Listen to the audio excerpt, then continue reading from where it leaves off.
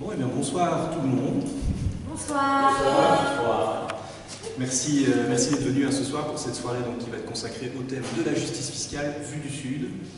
On remercie aussi chaleureusement la Maison du Livre, évidemment, avec laquelle on a un partenariat, donc le CETRI et la Maison du Livre, dans le cadre d'un site qui s'appelle Les riches nous coûtent cher, si j'ai bien compris. Et donc, dans le cadre de ce partenariat-là, le CETRI, qui est donc Centre Continental, c'est un centre de recherche qui est basé à Louvain-la-Neuve, ici en Belgique, et dont l'activité consiste à analyser, informer, documenter les réalités, les enjeux nord-sud et les mouvements sociaux dans les pays du Sud. Et une des principales activités qu'on a, c'est de publier une revue tous les 3 mois qui s'appelle Alternative Sud, c'est le nom de la collection. Et à chaque fois, donc tous les 3 mois, on prend un thème et on essaye de le traiter du point de vue des pays du Sud, mais surtout on essaye de donner la parole à des activistes, à des intellectuels directement vivant au Sud, donc pour qu'ils s'expriment eux-mêmes sur la réalité qui les affecte. Donc l'idée, c'est à la fois de transmettre du savoir, mais c'est aussi de décentrer un peu la production de savoir, et de ne pas toujours se reposer sur les mêmes personnes, et de laisser les premiers concernés parler directement pour eux. Et donc dans le cadre de ce partenariat-là, à chaque parution d'un nouveau numéro d'Alternative Sud, on aura ici une soirée à la Maison du Livre. Et donc on est là ce soir pour le dernier numéro en date, qui porte donc sur la thématique de la justice fiscale. Donc je vais en dire rapidement un tout petit mot simplement pour présenter l'ouvrage, ensuite je présenterai nos 2 invités et le déroulement de la soirée. Donc l'idée du bouquin, elle est partie en fait d'un constat que tout le monde peut faire, c'est que la question de la justice fiscale, elle devient extrêmement importante à l'heure actuelle pour un certain nombre de raisons, parce que l'injustice fiscale atteint des sommets, ça c'est une réalité qui est difficile de nier à l'heure actuelle, que même les plus grandes organisations internationales reconnaissent, même le FMI commence à dire qu'il y a un gros problème de justice fiscale à l'échelle mondiale, donc tout le monde en parle, c'est d'autant plus intolérable pour la plupart des populations de la planète qu'on est en même temps, en plus, en particulier depuis la crise de 2008, dans une période d'austérité assez importante. Et donc ce décalage finalement entre des riches et des grosses entreprises qui payent de moins en moins d'impôts et des populations qui subissent de plus en plus d'austérité fait que c'est un thème qui revient extrêmement souvent dans énormément de mouvements sociaux. On l'a vu dans Occupy Wall Street, dans le printemps arabe, etc. Donc on s'est dit que c'était le bon moment de traiter finalement de cette thématique-là et de la traiter du point de vue du Sud parce qu'il y a différents éléments qui font que le Sud est particulièrement affecté par la justice fiscale. On va avoir probablement l'occasion d'en parler ce soir. Donc on voulait donner la parole à des acteurs du Sud sur ces questions-là. Et l'autre élément qui est plus lié au CETRI, c'est que le dernier numéro qu'on avait consacré à la justice fiscale, il remonte à 2007, donc avant la crise justement, donc il s'est passé énormément de choses depuis. Et en plus, il traitait de la justice fiscale sous un angle assez étroit, c'est-à-dire sous l'angle de l'évasion fiscale, et du lien entre évasion fiscale et sous-développement et pauvreté. Or, il y a énormément d'autres, c'est sûr que c'est une dimension qui est extrêmement importante dans le combat pour la justice fiscale, mais ce n'est pas la seule. Il y a énormément d'autres dimensions qui existent à l'heure actuelle et qui sont défendues, débattues, etc. Donc on voulait aussi donner un écho de ces différentes dimensions et des débats aussi qui existent au Sud entre les acteurs eux-mêmes sur les solutions éventuellement à apporter. Et donc le résultat, c'est ce petit ouvrage que je pointe à la caméra, qui consiste en une collection d'articles. Il y en a 9 en tout, qui sont répartis en 4 grands thèmes. Donc on a d'abord 2 articles qui traitent de la situation au niveau mondial, avec un article sur l'histoire des paradis fiscaux, la situation à l'heure actuelle en termes de législation, de tentatives de régulation, etc. On a un autre article qui traite de la gouvernance fiscale mondiale en général, qui essaie de montrer en quoi elle est biaisée en défaveur des pays du Sud, et ce qu'il faudrait faire ou éventuellement ne pas faire plutôt pour régler le problème. Donc ça, c'est 2 articles qui sont assez intéressants, qui traitent du problème au niveau mondial. On a ensuite 3 articles plus régionaux qui abordent la situation de la justice fiscale dans les 3 grandes régions qui composent le Sud, donc Afrique, Amérique latine et Asie. Et ensuite, on a des articles plus transversaux. Et ça, c'était assez intéressant de mettre ça en lumière parce que c'est des dimensions qu'on aborde moins souvent quand on parle de justice fiscale. On parle souvent quasi exclusivement de paradis fiscaux. Là, ça traite de la justice fiscale en lien avec l'égalité homme-femme et en lien avec la question écologique. Donc voilà, ça donne 9 articles qui sont en tout écrits par 16 auteurs qui sont originaires des 3 grandes régions qui composent le Sud. Donc on en est assez content. Et alors, à l'occasion de la parution de cet ouvrage-là, on a voulu inviter 2 personnes qui sont ici avec moi sur scène ce soir. D'une part, Marie-Antoinette Joubert, qui est chargée de communication à l'Alliance globale pour la justice fiscale, qui est donc, je vais la laisser expliquer, elle présentera beaucoup mieux que moi, mais qui est en gros une organisation internationale qui traite des enjeux de fiscalité et qui est particulièrement implantée au Sud. L'intérêt de l'avoir avec nous ce soir, c'est qu'il y a énormément d'auteurs qui font partie en fait, d'organisations qui relèvent de l'Alliance. Donc voilà, c'est intéressant d'avoir quelqu'un qui fait partie de cette alliance-là et qui y travaille, qui pourra nous expliquer en quoi elle consiste, quelles sont les grandes revendications, leurs modalités d'action et comment ça se passe dans le Sud, notamment, pour confier ces questions-là. L'autre personne qui intervient ce soir, c'est Antonio Gambini, qui est donc chargé de recherche au CNCD ici en Belgique, qui est spécialisé sur les questions de fiscalité internationale. Je précise que le CNCD est partenaire aussi de cette publication-ci, donc c'était d'abord une évidence de l'inviter pour cette raison-là, mais encore plus pour la connaissance technique qu'il y a du sujet. Et donc Antonio nous fera aussi un exposé peut-être un peu plus factuel et technique sur les enjeux vraiment concrets que soulève la situation fiscale à l'échelle mondiale. Et donc je termine cette introduction par le déroulé de la soirée. En gros, ça va être 2 présentations qui vont être faites par ici les intervenants. On commencera avec Antonio, qui va nous faire donc un état des lieux de la situation de la justice fiscale au niveau mondial, qui va exposer aussi les conséquences que ça a en particulier pour les pays du Sud, et qui reviendra sur quelques grandes revendications du CNCD en la matière. D'accord ? Donc environ 20 minutes, une demi-heure, on verra comment ça va. Et ensuite, on passera la parole donc à Marie, qui nous présentera l'Alliance globale pour la justice fiscale, comment elle fonctionne, quelles sont ses grandes revendications, quelles sont les campagnes qui ont été menées, etc. Et qui pourra éventuellement aussi compléter le propos, bien sûr, d'Antonio. Et ensuite, on donnera la parole à la salle pour un échange de questions-réponses avec les nombreux participants qui sont là ce soir avec nous. Donc voilà, merci encore d'être présent. Je cède donc la parole à Antonio. On va lancer sur sa présentation. Et une bonne soirée à tous.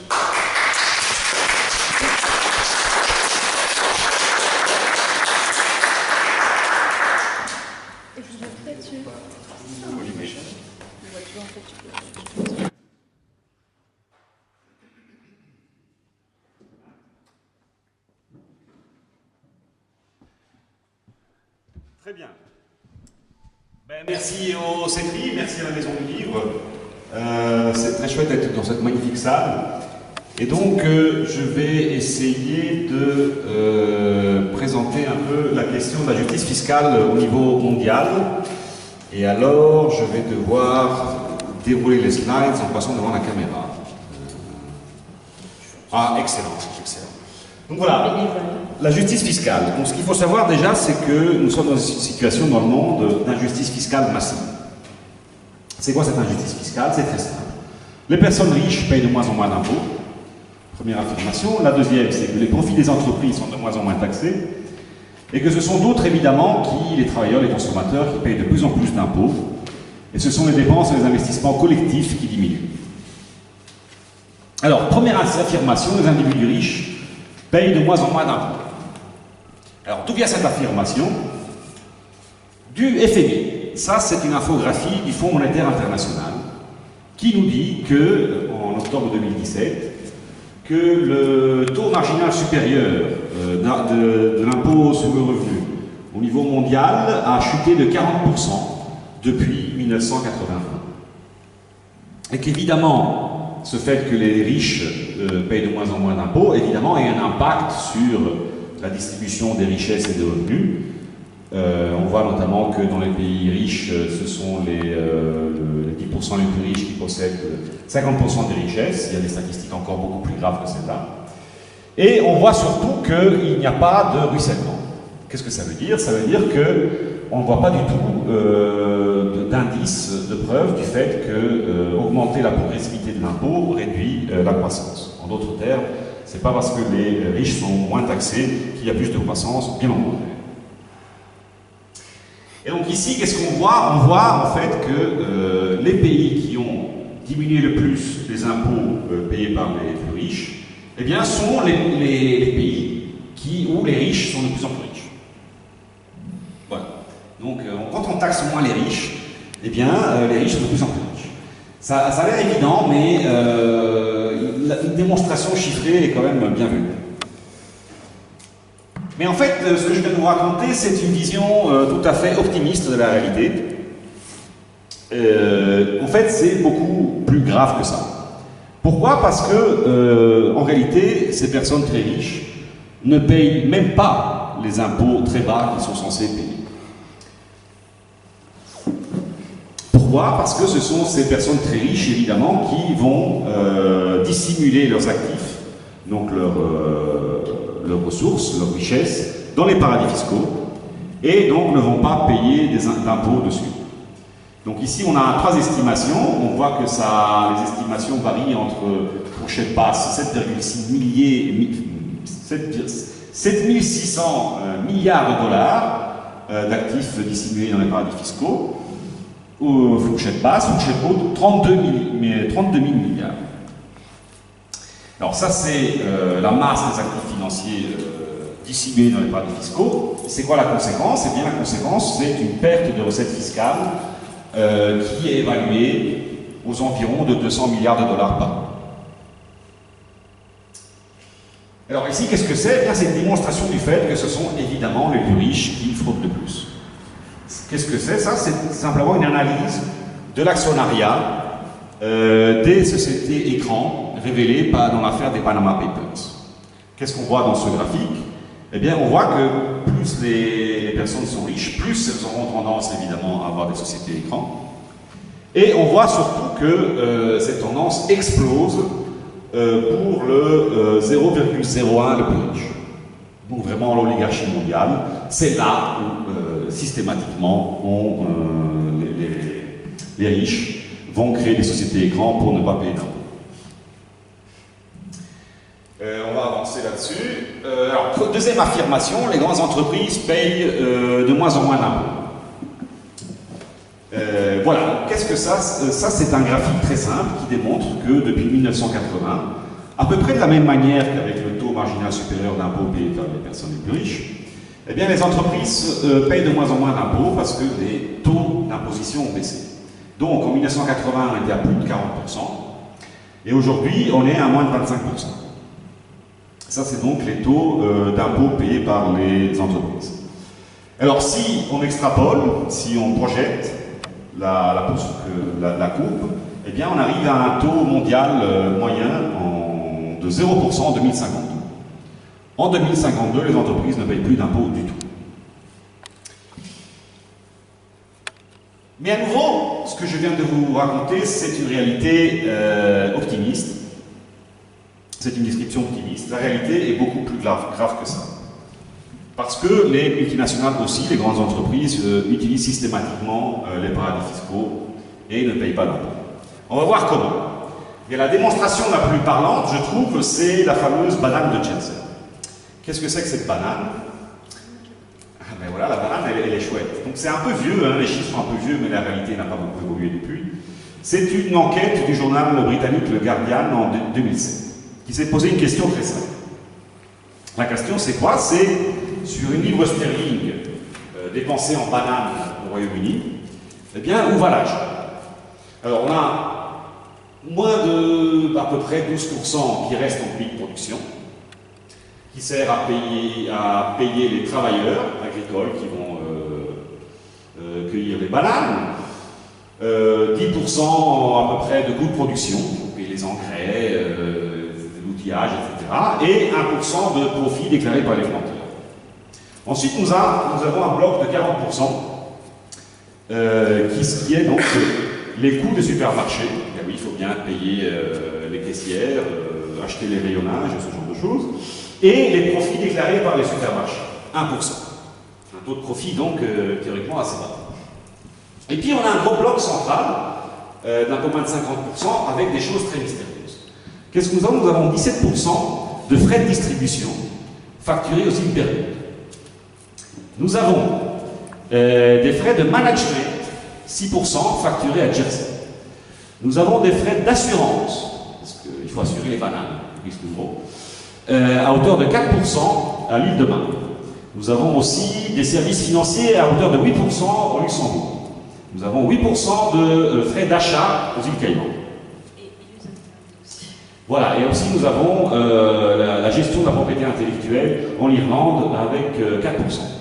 Alors, est-ce qu'il y a une production de bananes en Irlande, aux îles Caïmans ou à Jersey? Non. Le climat ne s'y prête pas. Est-ce qu'il y a des milliards de personnes qui mangent beaucoup de bananes aux îles Bermudes? Non plus.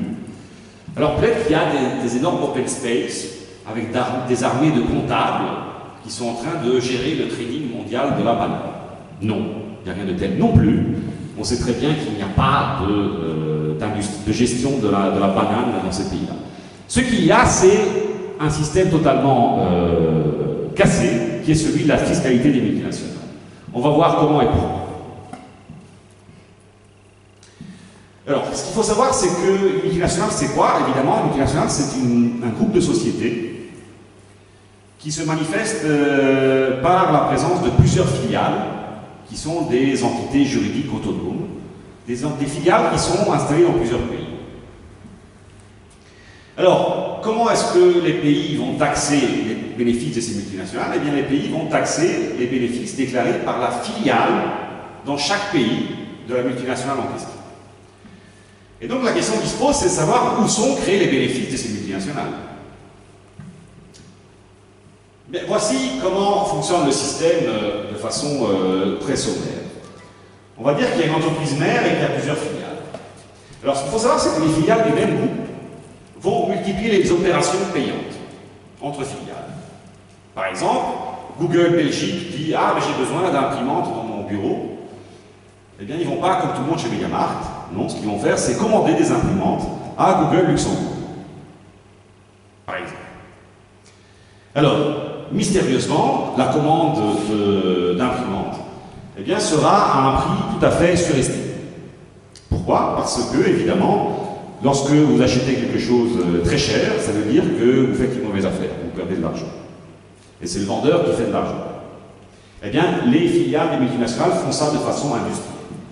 Elles surfacturent et sous-facturent systématiquement tous leurs achats. Alors, comment ça marche? D'abord, les filiales vont se prêter de l'argent mutuellement. Et alors, évidemment, lorsqu'on se prête de l'argent, il faut rembourser avec un intérêt. Donc, la filiale qui prête de l'argent va en profiter. Et par contre, la filiale qui emprunte de l'argent va voir ses bénéfices amputés. Autre chose, évidemment, c'est le fameux exemple que je viens de raconter sur les imprimantes de Google.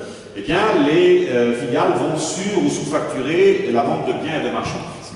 On trouve de façon assez habituelle dans la documentation douanière des pics, tels que celui-ci, qui vont être facturés 1000 $ pièce. Et on trouve par contre des voitures 4x4 ou des camions facturés à $1. On peut faire la même chose avec la vente de services. Donc les filiales vont se facturer des services de management et de consultance. Ici, l'avantage, c'est qu'il n'y a pas de container qui passe la frontière. Donc on peut très facilement facturer des services imaginaires. Enfin, la dernière méthode, la plus moderne, la plus sophistiquée, on fait tout ça avec la propriété intellectuelle.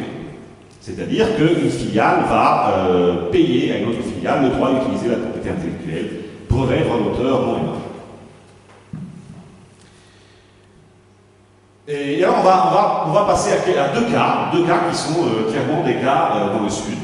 Le premier cas qu'on va avoir ici, c'est le prochain cas, donc la prochaine. Voilà. Sam Miller. Sam Miller, c'était quoi? Ça n'existe plus. Sam Miller, c'était le numéro 3 mondial de la bière. Je dis c'était parce que ça a été racheté entre-temps par le belgo-brésilien AB InBev. Mais donc, à l'époque, Sam Miller avait, ça c'est une vision simplifiée de la structure du groupe Sam Miller. Sam Miller était numéro 1, numéro 3 dans le monde, mais numéro 1 en Afrique et en Inde.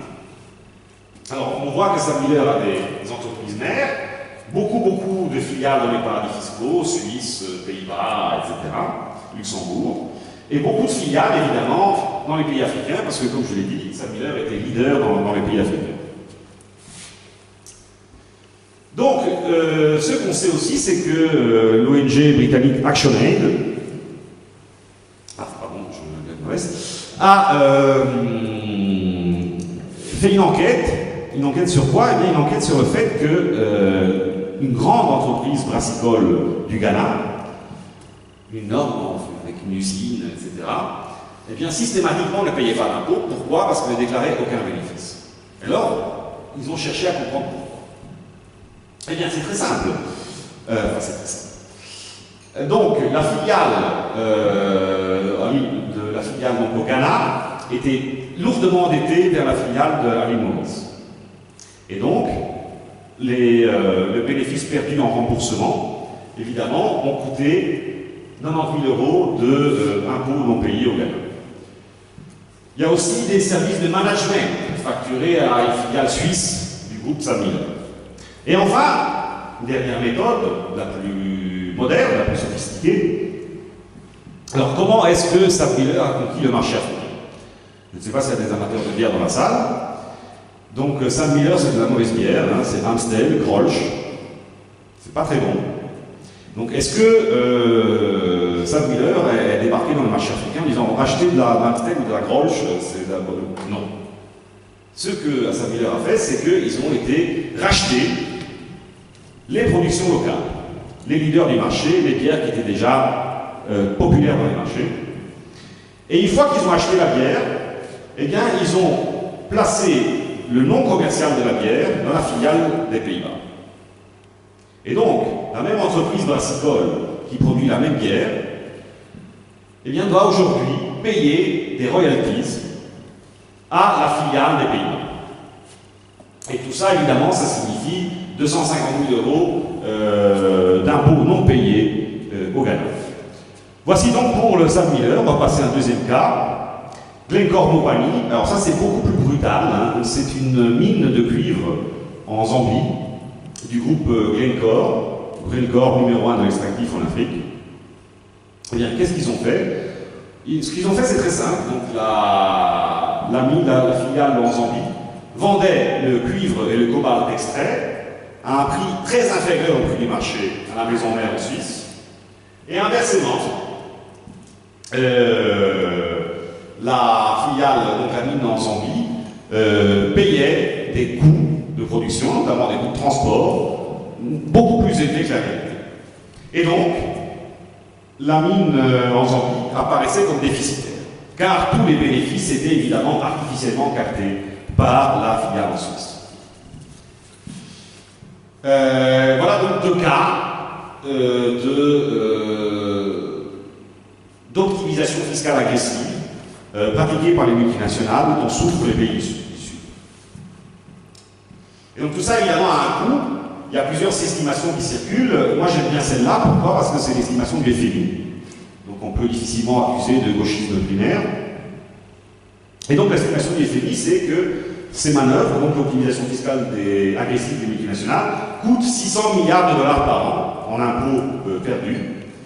Alors 600 milliards, à hauteur de plus de 400 milliards dans les pays OCDE, c'est-à-dire dans les pays riches, et donc seulement 200 milliards dans les pays non OCDE, pour la plupart des pays en développement. Ça, c'est les chiffres absolus. Mais les chiffres relatifs, donc en part du PIB, évidemment, donnent une réalité beaucoup plus dramatique pour les pays pauvres. Évidemment, tout ça a un coût. Définancement des services publics, augmentation de la dette publique et augmentation des impôts sur les travailleurs et les consommateurs. Un exemple, non, l'exemple il n'est plus dans la présentation. Non, mais un exemple, c'est par exemple le fait que les taux de TVA, contrairement aux autres impôts, eh bien, augmentent. Donc voilà, alors on a les solutions, je vais être très bref, hein, on pourrait en parler beaucoup plus longuement, mais alors la première solution, c'est une réforme de la gouvernance. Ça a l'air un peu technique, mais c'est très simple en fait aujourd'hui. Aujourd'hui, il n'y a pas d'organisation internationale de la fiscalité. Donc le seul régulateur de la fiscalité, c'est l'OCDE. L'OCDE, c'est une organisation internationale qui rassemble 40 pays, presque, environ 39, 38, je ne sais plus. Et tous ces pays sont les pays riches. Donc c'est les pays européens, les pays d'Amérique du Nord, le Japon, la Corée du Sud. Et donc, évidemment, les pays du Sud sont systématiquement ignorés dans le cadre donc, des réformes de la fiscalité internationale. Donc la première solution, c'est créer une organisation internationale de la fiscalité où tous les États pourraient être représentés sur un pied d'égalité. On appelle ça en anglais par exemple un Global Tax Body. Voilà la première solution. La deuxième solution, c'est la transparence. La transparence des multinationales. Par exemple, en obligeant les multinationales à révéler filiale par filiale, pays par pays, combien de travailleurs elles emploient, quels sont les profits déclarés, quels sont les impôts payés. Deuxième solution de transparence, c'est mettre fin évidemment à l'anonymat de la propriété des sociétés écrans, telle que celle de l'affaire du Panama. Et la dernière solution de transparence, évidemment, c'est l'échange automatique entre administration fiscale quant aux revenus des contribuables. Et enfin, solution, évidemment, une autre type de solution, c'est changer la fiscalité pour qu'elle soit plus progressive, c'est-à-dire que ceux qui peuvent se permettre plus, eh bien, payent plus d'impôts, et que, au contraire, les gens les plus pauvres payent beaucoup moins d'impôts. Alors, comment ça... La première des réformes, évidemment, c'est cesser d'augmenter la TVA, voire même la diminuer, et au contraire augmenter l'impôt progressif sur le revenu des personnes. Deuxième solution, c'est par exemple l'impôt sur la fortune, qui a existé par exemple en France jusqu'à très récemment. Et d'autres formes de solutions pourraient être par exemple des formes de taxation de la spéculation ou du secteur bancaire, par exemple une taxe de transaction financière ou une taxe de vie. Et avec ça, j'ai fini. Merci beaucoup.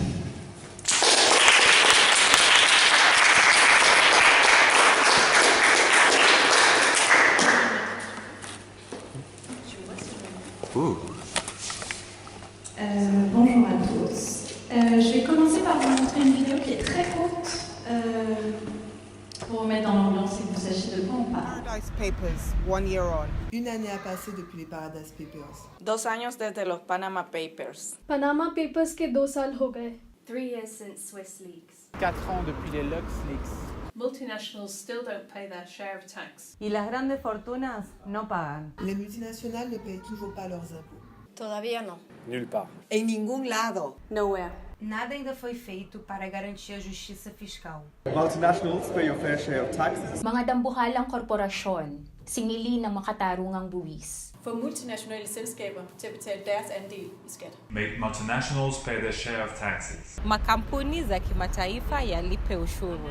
Que paguen los que más tienen. Make multinationals pay their fair share. Faites payer leurs impôts aux multinationales. We demand tax justice. Chúng tôi cần công bằng thuế. Il faut plus de justice fiscale. Vi vil have retfærdig skat. العالم أكفاوي فتاوي تاكس لا قرد بكلنا. Exigimos justiça fiscal. Wadwaro, Ratiro, Marosuru. Necesitamos justicia fiscal.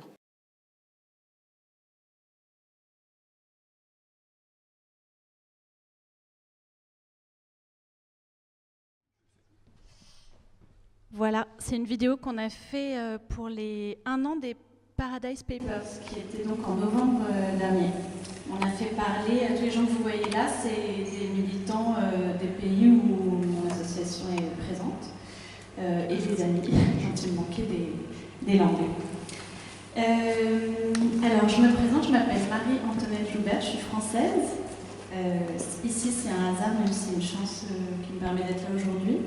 C'est un hasard parce que je vais vous présenter ma structure, qui est une structure internationale qui s'appelle Global Alliance for Tax Justice, GATG pour les intimes, un acronyme très moche qui veut dire Alliance mondiale pour la justice fiscale. Et notre slogan, multinationale, payez votre part d'impôt.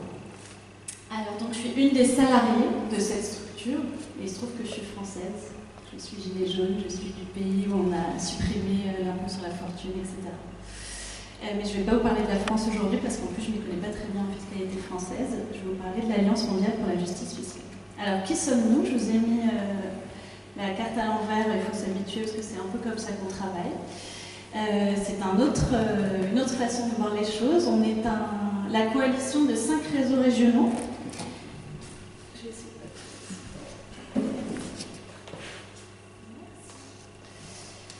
de... c'est important, je vous les présente parce que c'est ça ma structure.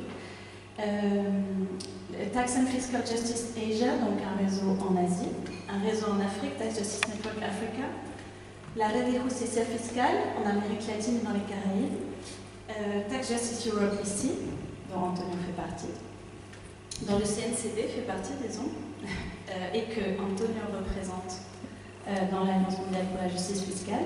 Et en Amérique du Nord, un réseau double qui est FAT Coalition aux États-Unis et les Canadiens pour une fiscalité équitable au Canada. Donc, à eux tous, ces réseaux, à eux tous, représentent des centaines d'organisations très variées.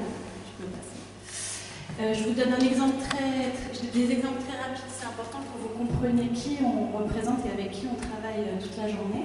Des réseaux sur la dette en Amérique latine, des réseaux sur la justice commerciale en Afrique. Ce sont des exemples. L'association des contribuables au Kenya, de CNCD en Belgique, ATTAC en France, au Québec, dans plusieurs pays, des centres de recherche sur les droits économiques, sociaux et culturels, des mouvements féministes, soit de recherche, soit de campagne, des centres de recherche sur la justice fiscale, la commission, une commission de spécialistes sur la taxation internationale, des syndicats de services publics. Donc vous avez par exemple en haut PSI, c'est l'International des services publics, donc c'est une organisation internationale. Elle n'est pas techniquement membre de ma structure, en revanche. Sa filiale européenne est membre de Tax Justice Europe, je pense, ou en tout cas partenaire, et sa filiale africaine est membre de Tax Justice Network Afrique. Il y a beaucoup de grandes ONG internationales avec lesquelles on travaille.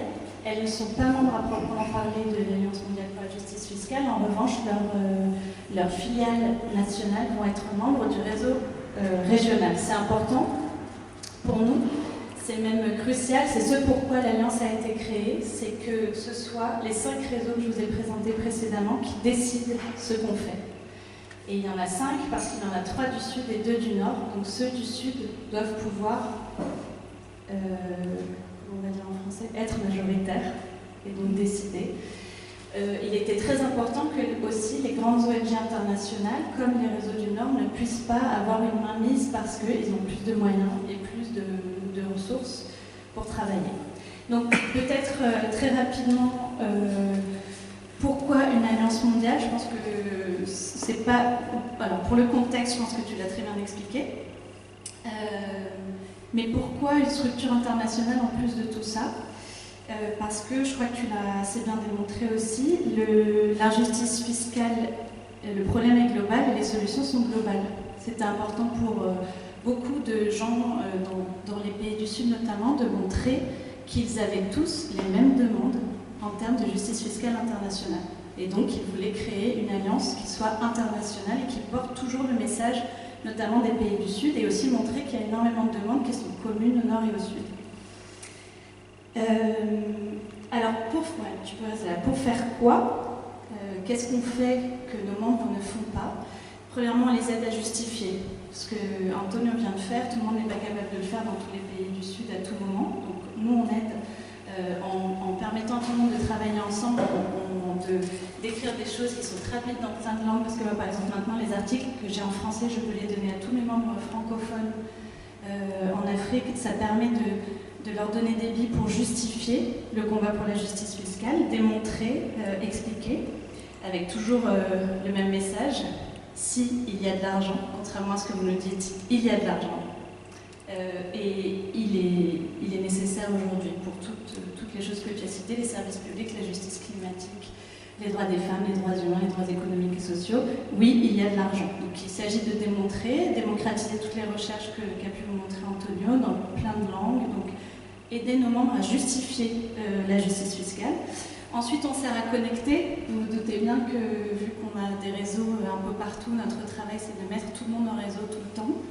Quand un membre belge de notre réseau européen fait un partenariat pour écrire un livre en français, je cherche des auteurs du Sud qui ont peu l'occasion d'être publiés. Pour eux, c'est très important. Pour un auteur du Sud, s'il est publié, il va pouvoir s'en servir pour aller représenter sa lutte dans des conférences.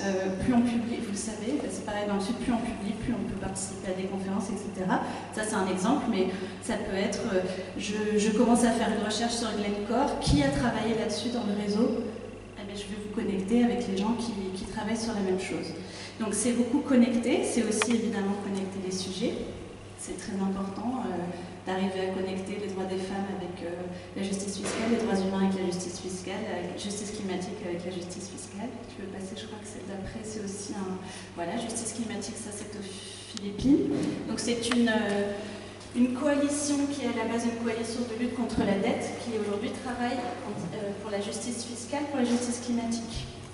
Parce qu'on a connecté des points importants pour des militants déjà actifs. Voilà, ça c'était au Sénégal, je crois.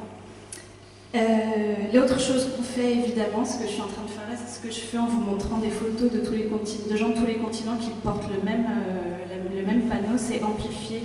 Cette alliance, elle a été créée pour amplifier la voix de tous les mouvements pour la justice fiscale.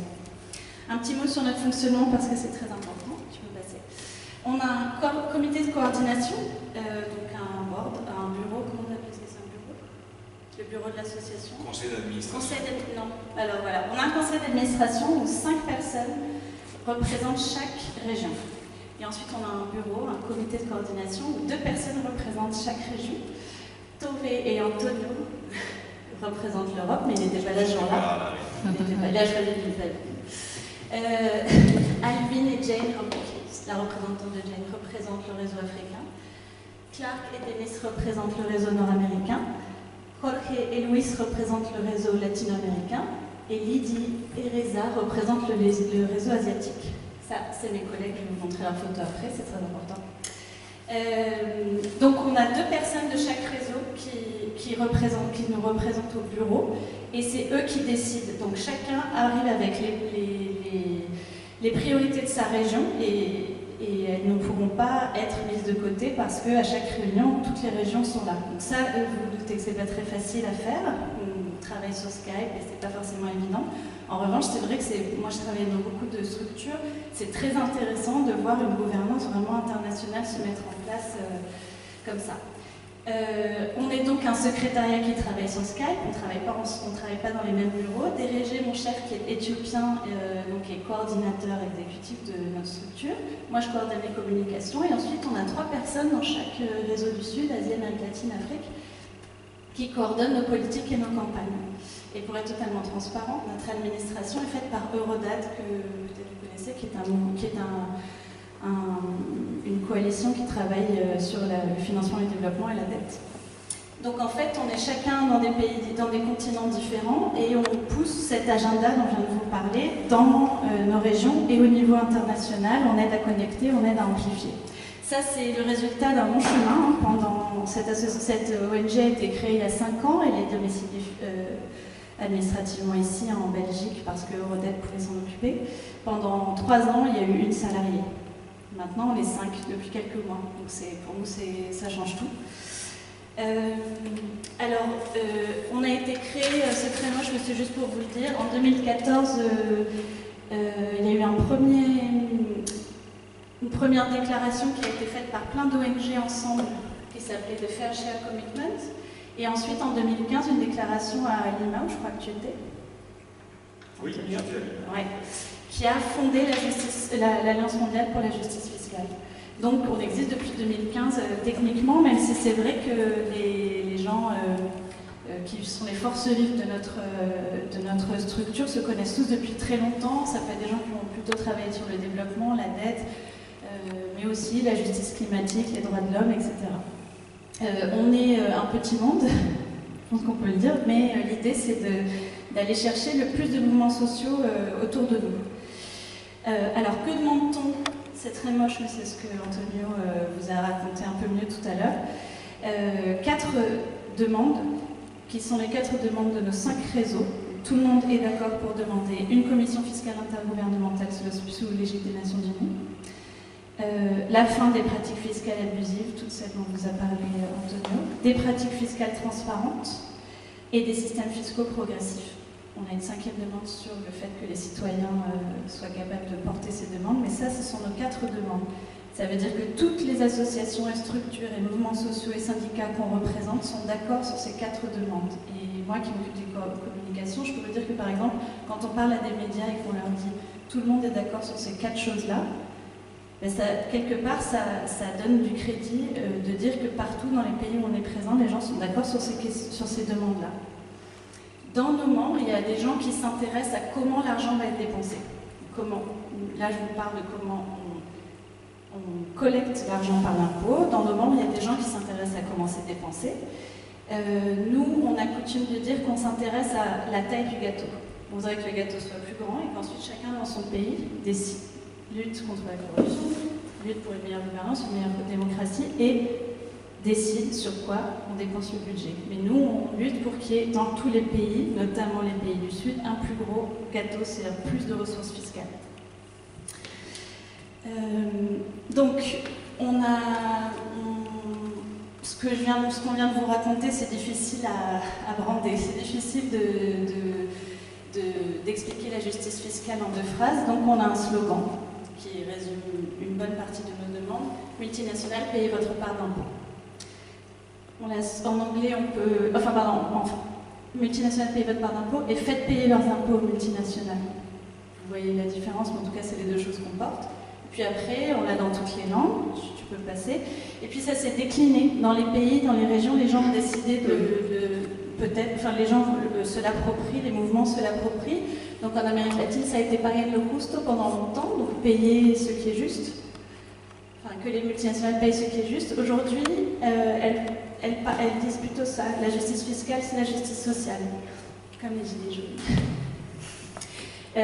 En Afrique, ils disent stop the bleeding, arrêtez l'hémorragie. C'est-à-dire arrêtez de saigner nos pays par vos pratiques fiscales abusives. Je crois que la prochaine. Voilà. Alors, donc nous, on est les seules personnes qui sont contentes quand il y a. Il faut partir à personnes qui sont contentes quand il y a des leaks,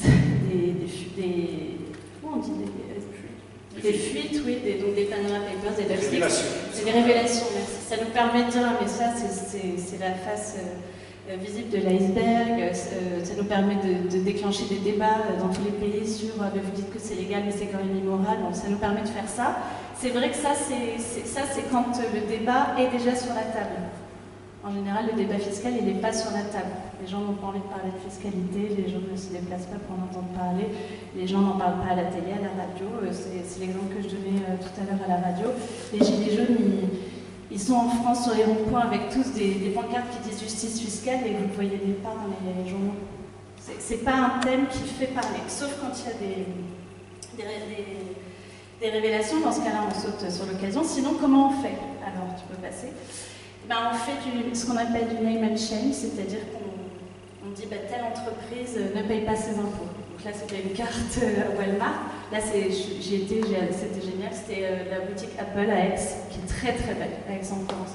Très très belle, grande baie vitrée. Et donc, ça, c'est attirer l'attention des gens sur un thème. Ils ne voient pas la boutique Apple comme une boutique Ils voient la boutique Apple comme le dernier cri, et nous, on leur dit c'est des fraudeurs fiscaux, ils payent moins que vous comme impôt en France. Donc ça, c'est du name and shame, c'est une des techniques de campagne, elle marche bien, elle est facile, elle n'est pas chère.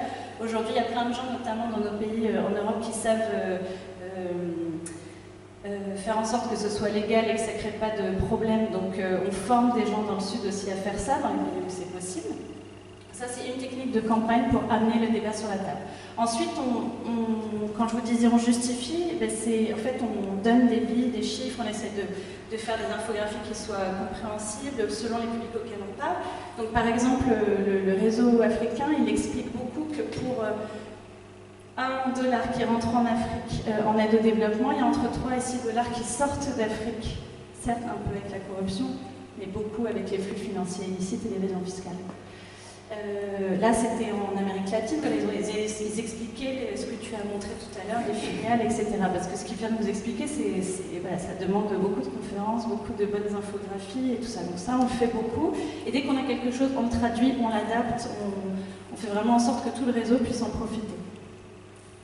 On fait aussi des briefs plus rébarbatifs, mais complets, économiques. Là, par exemple, on en a fait 5 sur la question pourquoi la justice fiscale est liée aux droits des femmes. Donc, ils sont disponibles sur notre site. C'est des choses expliquées en 2 pages à chaque fois. Je ne vais pas vous dire dans un français facile, mais accessible. C'est-à-dire qu'on n'aurait que 2 pages sur lesquelles se concentrer pour bien comprendre un thème. Et donc ça, c'est des choses qu'on essaye de produire de plus en plus aussi. Tu peux passer après. On fait aussi...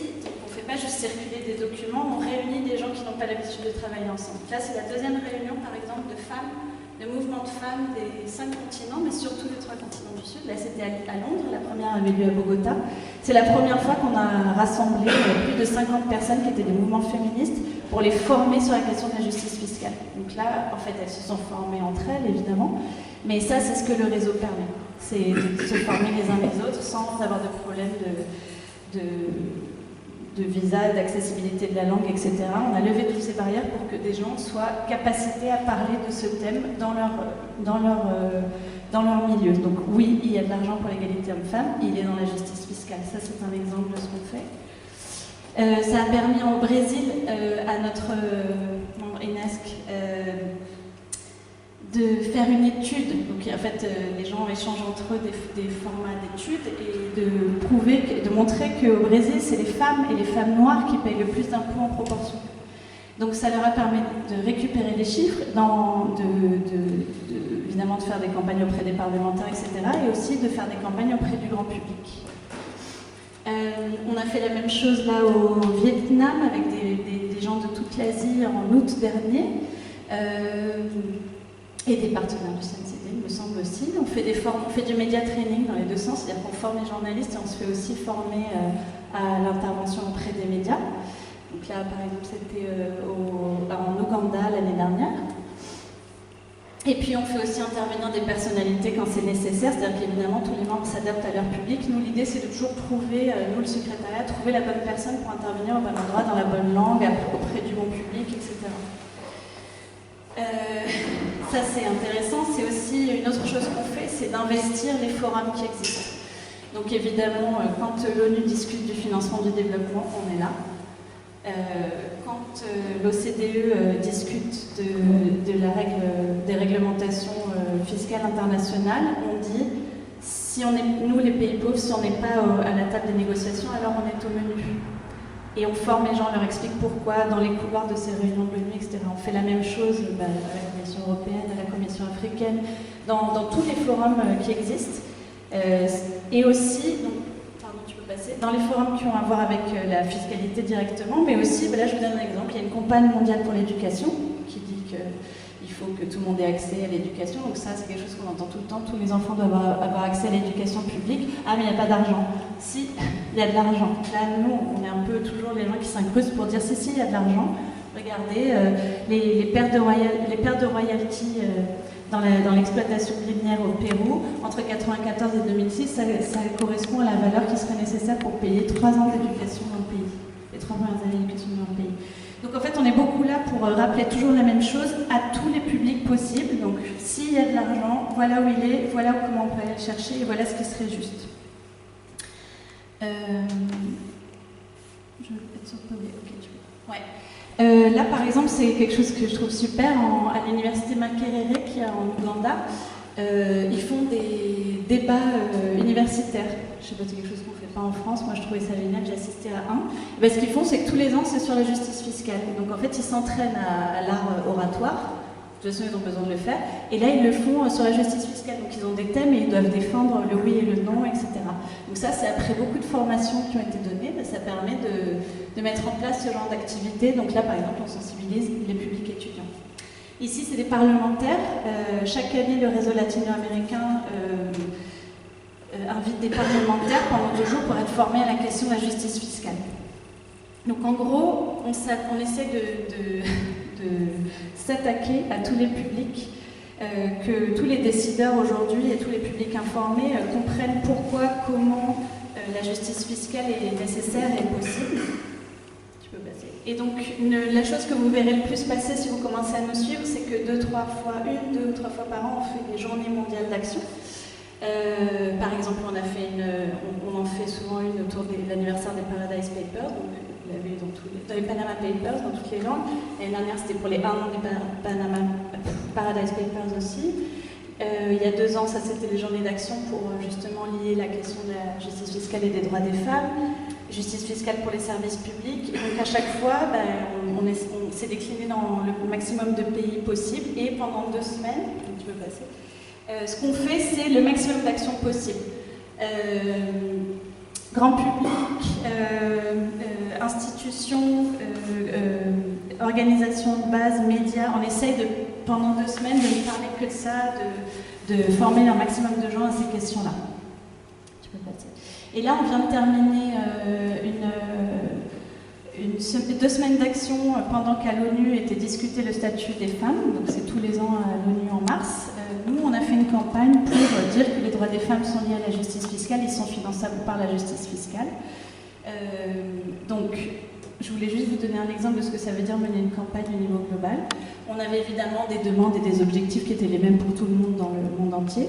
Et ensuite, on a parlé à l'ONU officiellement. Donc, ma collègue Caroline, que vous avez vu en photo tout à l'heure, elle représentait les ONG pour cette question-là dans la discussion sur le financement des droits des femmes. Ensuite, on a fait des événements. Donc ça, c'était un événement où on a présenté des prises de parole de femmes qui ne peuvent pas venir à New York et qui expliquent pourquoi la justice fiscale pourrait financer les droits des femmes. On a fait des badges, on vous présente là-bas, qu'on est allé distribuer à tous les représentants de tous les pays qui sont à l'ONU à ce moment-là. Et pendant ce temps, dans le monde entier, il y avait des réunions. Donc ça, c'est le réseau méthodiste international qui était en réunion à Durban, qui a fait un atelier sur la question. Ça, c'est au Bangladesh. Le cercle de la presse a invité toutes les ONG à venir expliquer pourquoi la justice fiscale, pourquoi vous demandez à baisser la TVA, pourquoi tout ce que Antonio vous a expliqué. Ils sont allés l'expliquer pendant cette semaine d'action.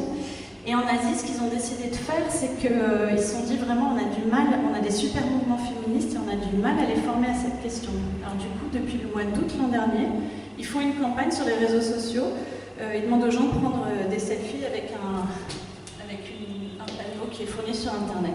Et puis en fait, c'est un buzz qui a pris. Donc il y a 8 mois, c'était juste « Je suis pour la justice fiscale ». Et là, ils ont dit, voilà, on va terminer en mars, on va culminer pendant que à l'ONU, les élites décident de notre sort. Nous, on va inonder l'ONU avec des selfies.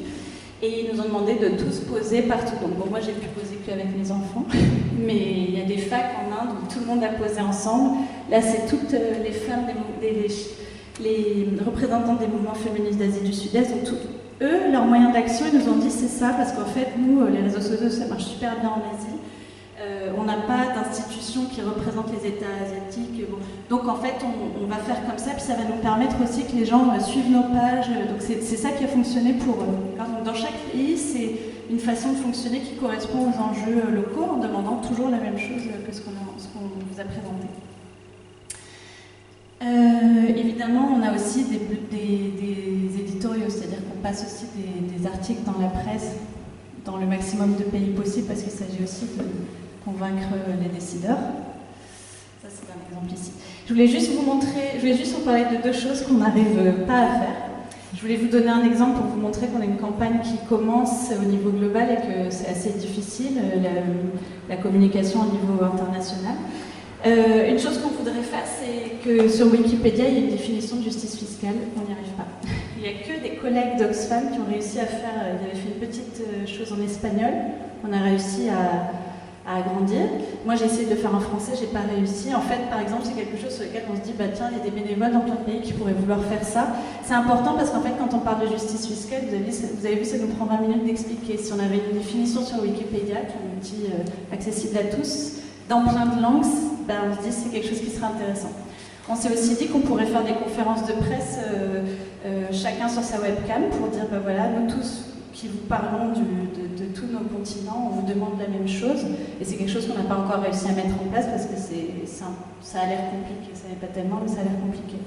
On essaie de trouver des façons de sensibiliser plus de gens et d'être entendu aussi par les médias, ça c'est très important, je pense que, je ne sais pas si c'est le cas au niveau européen, mais partout ailleurs, en tout cas dans les pays du Sud, les gens nous disent c'est impossible, on ne trouve pas de journalistes pour traiter de nos sujets, on n'arrive pas à se faire interviewer, c'est jamais notre point de vue qui est entendu. Donc ça, par exemple, c'est un enjeu qu'on a auquel il est très difficile de répondre. Voilà, je pense que je vous ai tout dit. Voilà, rejoignez-nous, suivez-nous. Ça, c'est sur Facebook, ça, c'est sur Twitter. Merci.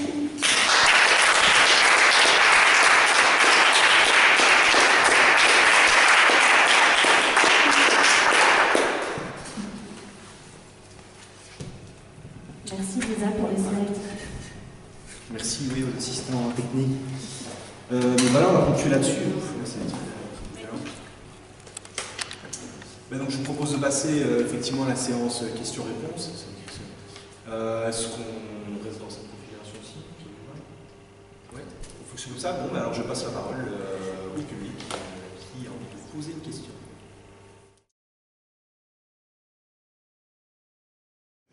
Alors, est-ce qu'un jour, est-ce que je rêve qu'un jour on arrive à mettre en place des boycotts de multinationales parce qu'elles ne payent pas leurs impôts? Oui. Est-ce que je pense que c'est réaliste tout de suite? Non. Mais du coup, ça veut dire que j'ai pas expliqué clairement que on a notamment été créé, ma coalition, pour faire des campagnes. Donc il y a du lobby, mais il y a surtout une partie campagne d'opinion qui vise à expliquer ce qu'on est en train de faire aux gens. Pourquoi, comment c'est possible. Pourquoi la justice fiscale et comment c'est possible. Un des exemples que je donne souvent, c'est que dans un pays comme la France, donc je ne sais pas comment ça se passe en Belgique, la TVA ne se voit pas. Quand on achète quelque chose, ça ne se voit pas. Les gens ne savent pas combien est la TVA sur leur... Enfin, en tout cas, ça ne les fait pas choisir.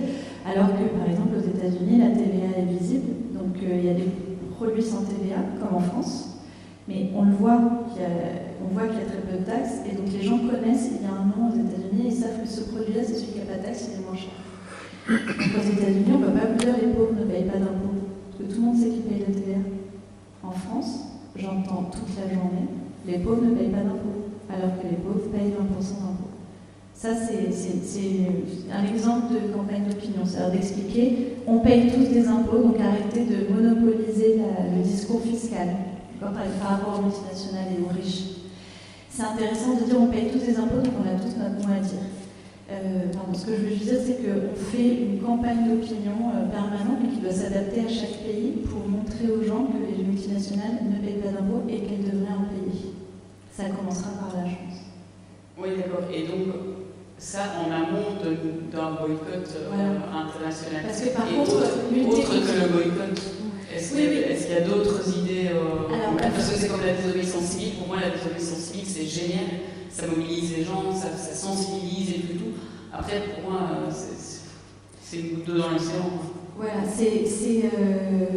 je pense que selon les pays, c'est ce que font tous les groupements nationaux, c'est se dire, tiens, si on veut toucher les multinationales importantes dans notre pays, voilà comment on peut y arriver. Donc il y a de la désobéissance civile, il y a dénoncer leur lobby, il y a énormément de choses qui sont faites.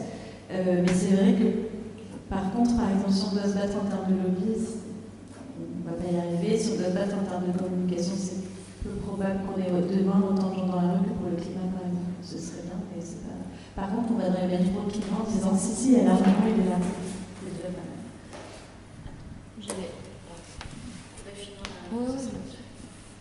Non, mais c'est une question fondamentale. Alors, là, j'ai une foule de réponses. J'ai marqué 7 points. Mais voilà. Bon, alors, d'abord, la question de l'impôt est la question politique par définition. Parce que l'impôt est de l'argent versé parce que le politique le décide. Donc, s'il y a de l'argent versé autrement que par décision politique, c'est pas de l'impôt. C'est même carrément une question de définition. Alors, nous, notre action, est-ce que nous, on essaye de faire tout ce qu'on peut pour avancer? Alors, on s'adresse directement aux politiques, certes, mais on s'adresse aussi à l'opinion, parce que c'est évidemment par l'opinion qu'on peut, in fine, obtenir des résultats politiques. Et puis aussi, dans l'opinion, on a aussi une vision, dans la société, il faut aussi voir les différents publics, les différentes cibles. Par exemple, une des cibles fondamentales, c'est le monde académique. Aujourd'hui, dans les universités d'économie en Belgique, on vous apprend qu'il faut taxer les pauvres. Ça, c'est l'enseignement officiel. Vous allez à la Solvay Business School, ex-faculté d'économie de l'ULB, et on vous apprend qu'il faut taxer les pauvres. Et que c'est mal de taxer les riches, parce que c'est économiquement pas performant. C'est ça qu'on vous apprend. Voilà. Et donc ça aussi, c'est un cible. Moi aussi, je fais quelques séances dans les universités, y compris par rapport à ça. Alors, autre point, les multinationales elles-mêmes. Qu'est-ce qu'on fait? Alors d'abord, en Belgique, on a déjà fait des opérations, des mouvements proches de nous, et moi-même, on a fait quelques opérations non violentes, coup de poing, symboliques, chez Apple, chez McDo, chez Ikea. J'en ai fait 2 des 3. Une troisième, j'étais malade. Hein. Et donc voilà, c'est tout à fait important et c'est tout à fait central. Maintenant, c'est une démarche aussi qui a des limites, il faut se rendre compte. Par exemple, quand on parle de boycott, moi j'y crois pas. Pourquoi? Parce qu'au stade actuel, dans plusieurs services, dans plusieurs marchés, il n'y a juste pas la multinationale qui paye l'impôt. Nous, il faudrait les boycotter toutes. Et nous, il faudrait tous se promener à poil, parce qu'il y a vraiment à être habillé. Hein, si je peux être un peu excessif. Alors, il y a les copains en Angleterre, au Royaume-Uni, ont essayé de monter une initiative, la Fair Tax Mark. L'initiative, c'est de dire, eh bien, nous, on va faire un label de justice fiscale qu'on va donner aux entreprises dont on constate le comportement responsable et vertueux en matière fiscale. L'initiative a 2-3 ans. Ça avance un peu. Ça ne donne pas encore de résultats énormes. On peut espérer que ça en donne. En Belgique, on n'a pas fait ça. Avec que je sache, on n'a pas fait ça ailleurs parce que ça demande un investissement gigantesque qu'on n'a pas. Le premier investissement gigantesque qu'on a, c'est qu'il faut avoir une armée de comptables et de fiscalistes pour effectivement vérifier les comptes et être effectivement sûr qu'ils ne font pas trop de bénéfices. Voilà. Mais c'est une idée qu'on pourrait faire. Et en fait, dernier point, oui, donc la fiscalité, c'est fascinant pour quelqu'un comme moi qui a une lointaine formation marxiste, parce que c'est la lutte des classes en action. Hein, quand même, on touche directement à l'argent des différents segments de la société et de l'économie. Donc c'est direct. Donc c'est fascinant, mais il faut résister aussi à la tentation, je trouve, fataliste de dépression. Ça va toujours mal, c'est toujours les petits qu'on scotch, etc. C'est pas vrai. Donc il est tout à fait possible d'enregistrer des victoires, y compris sur ce dossier-là. Et d'ailleurs, je pense que je vais vous montrer dans mes graphiques, là, c'est qu'aujourd'hui, la situation est dramatique.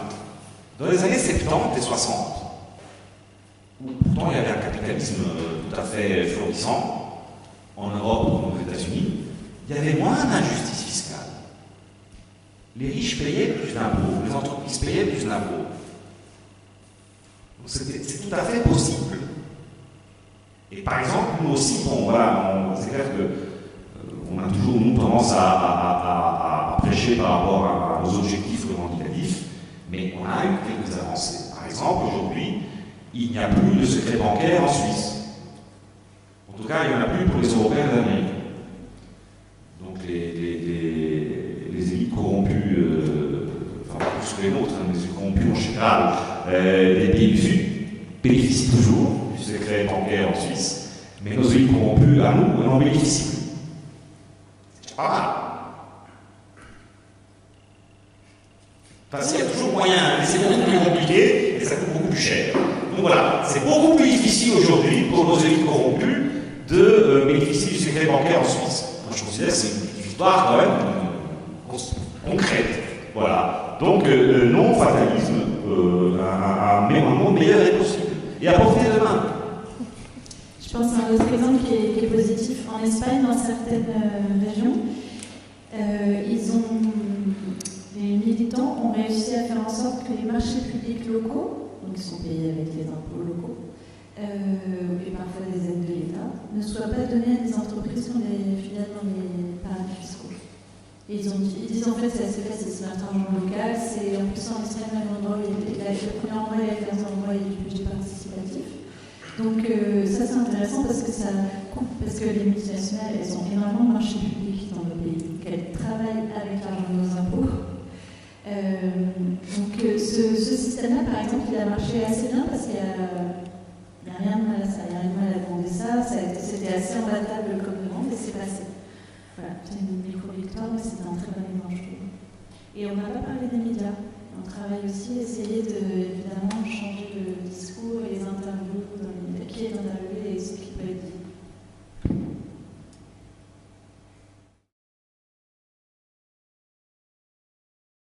Effectivement, en tout cas, nous, on a beaucoup de membres dans les pays du Sud comme du Nord qui sont des structures qui travaillent contre la privatisation des services essentiels des services publics, pour la renationalisation et contre les partenariats publics privés. Parce que du coup, effectivement, la privatisation des entreprises entraîne qu'on ne doit plus justifier de taxes. Exactement. En fait, on coupe les services publics, on coupe le maximum de services publics, on impose l'austérité et du coup, c'est privatisé. Et ça, c'est quelque chose qui est envisageable dans nos pays. Ici, par quels moyens est-ce qu'on pourrait se battre pour ça? Je sais qu'à Paris, ils ont l'eau est redevenue publique, mais est redevenue en régie publique, par exemple. Mais je ne connais pas les chiffres pour te dire à quel point, dans quelle mesure c'est possible. C'est mieux, en tout cas, je sais qu'à Paris, quand ça s'est passé, c'était une révolution parce que je croyais que vraiment c'est une régie publique. Et sous la pression de quel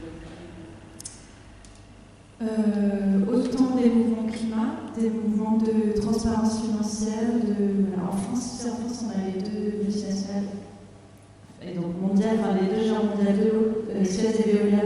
Et du coup, la France et leur champ de bataille, c'est bien, dans tous les pays, ils se partagent l'eau et l'assainissement. Et du coup, la mairie de Paris, la région, peut-être même la région,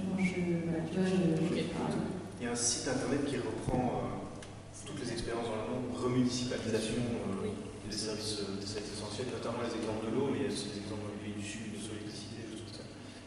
Et parfois, en tout cas, je pense qu'à Paris c'était le cas, c'est notamment parce que c'était tellement mal géré que même les élites politiques n'ont pas de choix, ils disent c'est vraiment trop cher, c'est mal foutu, on va le refaire nous parce que c'était mieux géré en fait. Et on voit le même processus en Angleterre avec la privatisation du rail, où ils reviennent dessus parce que c'est une catastrophe absolue. Dans des cas comme ça où il y a un monopole de fait, on confie ça au privé, en fait, il faut vraiment être orthodoxe, pur et dur pour continuer à croire que ça va mieux marcher. Mais donc il y a un site internet qui reprend toutes les expériences, donc ça s'appelle le mouvement de remunicipalisation, qui donne aussi des arguments, etc. C'est une question tout à fait fascinante. Moi-même, je suis ultra convaincu qu'il faut nationaliser plein de choses, par exemple le transport ferroviaire. Je suis convaincu qu'il faut défendre le fait que certains secteurs, comme le secteur de la santé, sont presque majoritairement publics. Voilà. Mais par contre, je ne pense pas qu'il faut que dans le moment de la justice fiscale, je ne pense pas qu'on doit travailler là-dessus. Pourquoi? Parce qu'on ne peut pas tout faire. Si on essaie d'être sous les tombats, à la fin, on ne fait plus rien. Donc moi, je suis pour que le mouvement de la justice fiscale se spécialise sur la justice fiscale. La justice fiscale, dans le sens de la perception des dépenses, avec une exception majeure, qui est le service public de l'impôt lui-même. Alors, en Belgique, en 2012, il y avait 5235 agents affectés au contrôle fiscal au ministère au SPF Finances. En 2017, il n'y en a plus que 2715. Donc les chiffres. En 2012, il y avait 5235 agents affectés au contrôle fiscal à l'administration générale de la fiscalité. Au 20 octobre 2017, il n'était plus que 2715. Une diminution de 48,1% en 5 ans. Alors ça, c'est le vrai sujet. Pourquoi? Parce que c'est une utilité absolue. Donc moi je conteste la logique de l'austérité. Mais bon, en admettant qu'on veuille entrer dans cette logique-là, même dans cette logique-là de l'austérité, sabrer, diminuer le personnel de l'administration du fisc, c'est débile. Pourquoi? Parce que les fonctionnaires du fisc, ce sont les seuls qui ne dépensent pas d'argent. Ils en ramènent. Et c'est pareil dans tous les pays. Et donc voilà, là, ça c'est sur le seul combat qu'on devrait faire en tant que mouvement de la politique fiscale, c'est celui-là. Les autres, moi je suis hyper solidaire, et je pourrais parler pendant des heures, parce que c'est hyper intéressant, de la nationalisation de la SNCF ou de la santé. Mais voilà, si le mouvement de la politique fiscale, je pense qu'il y a une utilité à une lecture à être un peu focalisée, si on veut obtenir des victoires. J'entends là, moi si je posais la question, en fait, c'est simplement de dire que ça pourrait être un moyen de pression. Quand on parlait d'avoir un moyen de pression à l'égard des multinationales, c'est de dire que si on renationalise, c'est eux qui sont présents, et donc du coup ça pouvait être une manière de se réapproprier quelque chose et donc de les déforcer. C'est plus comme ça que je le voyais. Alors c'est ça, du genre, payer vos impôts, c'est quand on nationalise. C'est ça? Non, mais. Ouais, je sais pas. Mais moi je le ferais. Ça peut peut-être marcher. Peut-être juste rebondir là-dessus, parce que c'est une question que je voulais poser justement sur. Ça fait référence à un article du bouquin qui essaie d'amener la distinction entre ce qui est légitime et ce qui n'est pas légitime à taxer. Donc ça rejoint un peu ça en fait.